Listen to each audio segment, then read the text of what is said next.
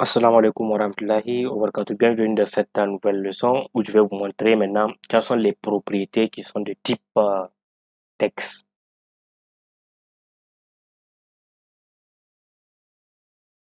Color, ok, le texte, pour donner de la couleur au texte.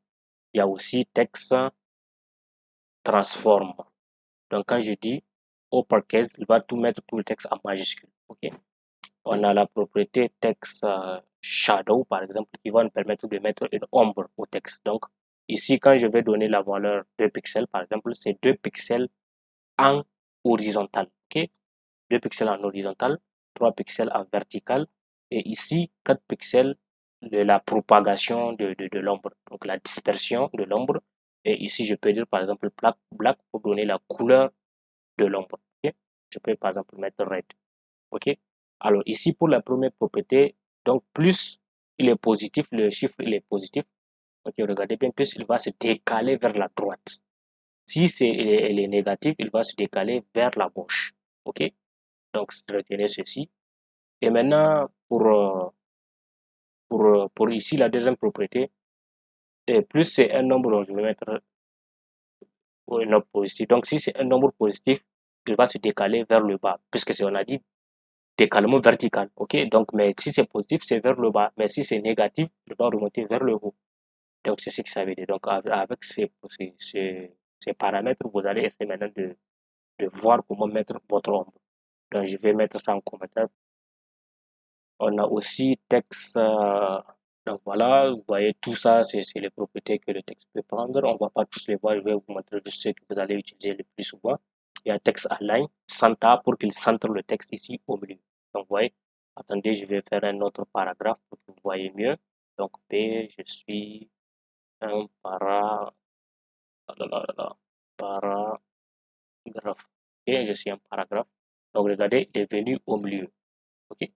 Et si j'enlève la propriété, vous allez voir qu'elle va aller là-bas à gauche. Ok. Donc ici, il est au milieu. Si je dis par exemple texte align right, il va se mettre sur la droite. Donc c'est ça. Il y a aussi cette propriété.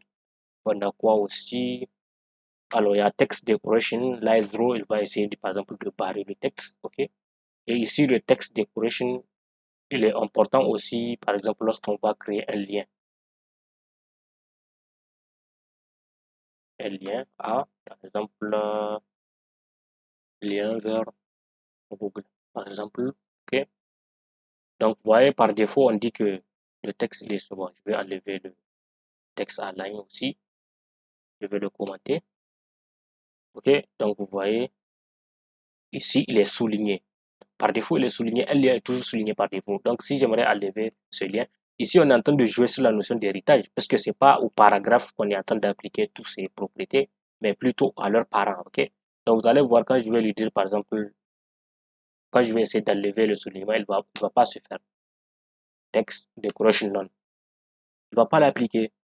Mais dans ce genre de cas, comment enlever, par exemple, ça là? Donc, on pouvait très bien, par exemple, directement sélectionner le A ici, ok, et lui dire le text decoration, attention, text decoration none, on est obligé d'exécuter. Ici, déjà, text decoration n'est pas une propriété pour la div. Ok, une div ne prend pas en considération text decoration.